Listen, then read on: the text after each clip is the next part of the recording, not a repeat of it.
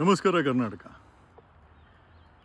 ಬೆಂಗಳೂರಲ್ಲಿ 5 ಕಾರ್ಪೊರೇಷನ್ಸು, 1.4 ಕೋಟಿ ಜನ, 1.3 ಕೋಟಿ ಗಾಡಿಗಳು, 2 ವೀಲರ್ಸು, 4 ವೀಲರ್ಸು, ಕಾರು, ಲಾರಿ ಎಲ್ಲ ಸೇರಿ ಬೆಂಗಳೂರಲ್ಲಿ ಪ್ರತಿದಿನ ಉತ್ಪಾದನೆ ಆಗುವಂಥ ಅಂದಾಜು ಕಸ ಅಂದರೆ ನಿಮ್ಮನೆ solid waste, medical waste, airport waste, animal waste, industrial waste ಎಲ್ಲ ಸೇರಿ ಅಂದಾಜು 7,000 ಟನ್.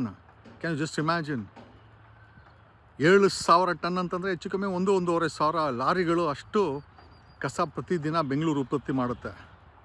ನಮಗೆಲ್ಲ ಕ್ಲಾಸಿಕ್ ಬೆಂಗಳೂರು ಡಿಫ್ರೆಂಟ್ ಬೆಂಗಳೂರು ಅಂತ ಹೇಳುವಂಥ D K Shivakumar, deputy C M D K Shivakumar incharge ಆಗಿರೋ ಈ ಬೆಂಗಳೂರಲ್ಲಿ ಈ ಕಸದ ಲಾರಿಗಳು, ನಾವು ಕೊಟ್ಟ ಕಸವನ್ನು ಶೇಖರಣೆ ಮಾಡಿ ನಾವು ಕಸದವನು ಕೊಟ್ಟರೆ ಅಲ್ಲಿಂದ ಲಾರಿಯವ್ರು ತೊಗೊಂಡೋಗಿ ಬೆಂಗಳೂರಿನ ಬಾರ್ಡ್ರಸಲ್ಲಿ ಬಿಸಾಕ್ತಾ ಇದ್ದಾರೆ. ಐ ಥಿಂಕ್ ಚಿಕ್ಕಬಳ್ಳಾಪುರದಲ್ಲಿ ಲಾರಿಗಳನ್ನು ತಡೆದು ವಾಪಸ್ ಕಳಿಸಿದ್ದಾರೆ. ಅದಕ್ಕೆ ಪ್ರತಿಕ್ರಿಯಿಸಿರುವಂಥ ಡಿ ಕೆ ಶಿವಕುಮಾರ್ ಅವರು ಆ ಥರ ಎಲ್ಲ ಮಾಡಿದ್ರೆ ನಾವು ಕ್ರಮ ತಗೊಳ್ಬೇಕಾಗತ್ತೆ ಅಂತ.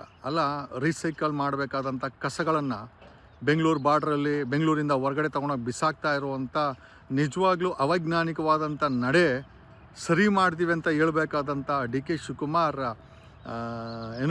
ಲಾರಿಗಳನ್ನು ಅಂದರೆ ತೊಗೊಂಡೋಗಿ ಹಳ್ಳಿಗಳ ಕಡೆ ಬಿಸಾಕ್ತಾರೆ. ಹಳ್ಳಿಗಳವ್ರಿಗೆ ಪಾಪ 1,000ಕ್ಕೂ ಹೆಚ್ಚು ಒಂದು 100 ಆರ್ಡರ್ಸ್ ಇದೆ NGTದು, ನ್ಯಾಷನಲ್ ಗ್ರೀನ್ ಟ್ರಿಬ್ಯುನಲ್ಲು.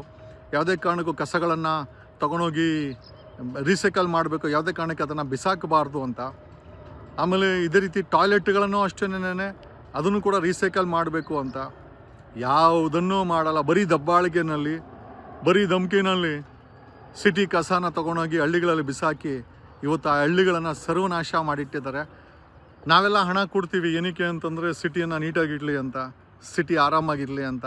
ಎಲ್ಲೂ ಕೂಡ ಆ ಒಂದು ಭರವಸೆಗಳು ಈ ಕಾಂಗ್ರೆಸ್ ಆಡಳಿತದಲ್ಲಿ, ಹಿಂದೆ BJP ಆಡಳಿತದಲ್ಲೂ ಅಷ್ಟೇ.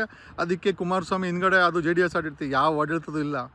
ನೀವು ಕಟ್ಟರೋ ಹಣ, ನೀವು ಕಟ್ಟುವಂಥ ತೆರಿಗೆ ಬರೀ ಯಾರೋ ತಿಂದಾಗ್ತಾ ಇದ್ದಾರೆ ಹೊರತು, ಕಸಗಳನ್ನು ತೊಗೊಂಡೋಗಿ ಬಿಸಾಕಿ ಕೈ ಒರೆಸ್ಕೊತಾ ಇದ್ದಾರೆ ಹೊರತು. ಡಿ ಕೆ ಶಿವಕುಮಾರ್ ಅವ್ರ ಮನೆ ನೋಡಿದ್ದೀರಾ? ಸದಾಶಿವನಗರದಲ್ಲಿ ಎಷ್ಟು ನೀಟು, ಏನು ಕ್ಲಾಸಿಕ್ಕು, ಏನು ಡಿಸೈನು, ಏನು ಸ್ಟೈಲು, ಅವ್ರು ಹಾಕೋ ಬಟ್ಟೆ, ಅವ್ರು ಓಡಾಡೋ ಕಾರು, ಆರುವಂಥ ಹೆಲಿಕಾಪ್ಟ್ರು ಎಲ್ಲ ಕ್ಲಾಸಿಕ್ಕು. ಆದರೆ ಅವ್ರು ಇನ್ಚಾರ್ಜ್ ಆಗಿರುವಂಥ ಬೆಂಗಳೂರು ಮಾತ್ರ ಗಬ್ಬು ನಾತ ಹೊಡಿತಾ ಇದೆ. ಆ ಗಬ್ಬು ನಾತನ ತೊಗೊಂಡೋಗಿ ಹಳ್ಳಿಗಳಲ್ಲಿ ಬಿಸಾಕಿ ಇವತ್ತು ಅಲ್ಲಿನ ಜನ ಪ್ರತಿಕ್ರಿಯಿಸಿದ್ರೆ, ಅಲ್ಲಿ ಹಾಕಬೇಡ ಅಂತ ಅವರು ಪ್ರತಿಕ್ರಿಯಿಸಿದ್ರೆ ಅವ್ರಿಗೆ ಧಮ್ಕಿ, ಓಕೆ, ಕಾನೂನು ಪ್ರಕ್ರಿಯೆ ಅದು ಇದು ಅಂತ ಹೇಳಿ ಧಮ್ಕಿ ಹಾಕುವಂಥ ಒಂದು ಸಣ್ಣ ಸ್ವೀಡನ್ ದೇಶ ಸ್ನೇಹಿತರೆ. ಒಂದು ಸಣ್ಣ ಸ್ವೀಡನ್ ದೇಶ ಸುಮಾರು ಅವ್ರ ಎಂಟೈರ್ ಕಸವನ್ನು ಅವರು ರೀಸೈಕಲ್ ಮಾಡ್ತಾರೆ, ಅವರು ಬಿಸಾಕೋದಿಲ್ಲ.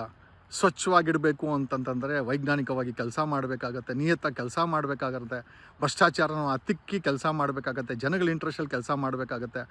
ಸಿಟಿ ಹೆಂಗನ ಆಗಲಿ, ನಾನು ಮಾತ್ರ 2.5 ಲಕ್ಷ ರೂಪಾಯಿ ಶಾಲ ಹಾಕ್ಕೊಂಡು ಹೆಲಿಕಾಪ್ಟ್ರಲ್ಲಿ ಸದಾಶಿವನಗರದಲ್ಲಿ ಮನೆಯಲ್ಲಿ ಆಯಿತಾ ಇಂಪೋರ್ಟೆಡ್ ಕಾರಲ್ಲಿ ಓಡಾಡಬೇಕು, 1,000 ಕೋಟಿ ಡಿಕ್ಲೇರ್ ಮಾಡ್ಕೊಬೇಕು ಅಂತಂದರೆ ನಾವೇನೂ ಮಾಡಬೇಕಾಗಲ್ಲ.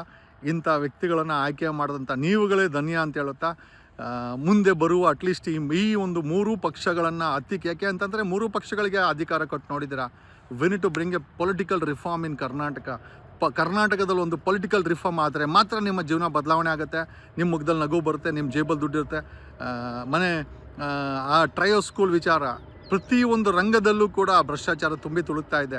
ಬದಲಾವಣೆ ಮಾಡಬೇಕಂದ್ರೆ ನಮ್ಮಂಥವ್ರು ಬರಬೇಕು, ನಮ್ಮ ಜನ ಕೈ ಜೋಡಿಸ್ಬೇಕು. ಒಂದು ಹೊಸ ನಿಯತ್ತಿನ ಜನರ ಪರವಾಗಿರುವಂಥ MLAಗಳನ್ನು ಆಯ್ಕೆ ಮಾಡಬೇಕು 2028ಕ್ಕೆ ಅಂತ ಹೇಳ್ತಾ, ಅದಕ್ಕೆ ಮುಂಚೆ ಬರುವಂಥ ತಾಲೂಕು ಪಂಚಾಯತಿ, ಜಿಲ್ಲಾ ಪಂಚಾಯತಿ, GB ಎಲೆಕ್ಷನ್ಸಲ್ಲಿ 3 ಪಕ್ಷಗಳನ್ನು ಸೋಲಿಸಿ ಅಂತ ಈ ಮೂಲಕ ಹೇಳ್ತಾ, ಒಂದು ಕಸ ರೀಸೈಕಲ್ ಮಾಡೋ ಯೋಗ್ಯತೆ ಇಲ್ಲದಂಥವರು ಇವತ್ತು ಸರ್ಕಾರ ನಡೆಸ್ತಾ ಇದ್ದಾರೆ. ನಿಮಗೆಲ್ಲ ಇದು ಎಚ್ಚರಿಕೆ. ನಾನು ನಿಮ್ಮ advocate Jagadish from true life news channel.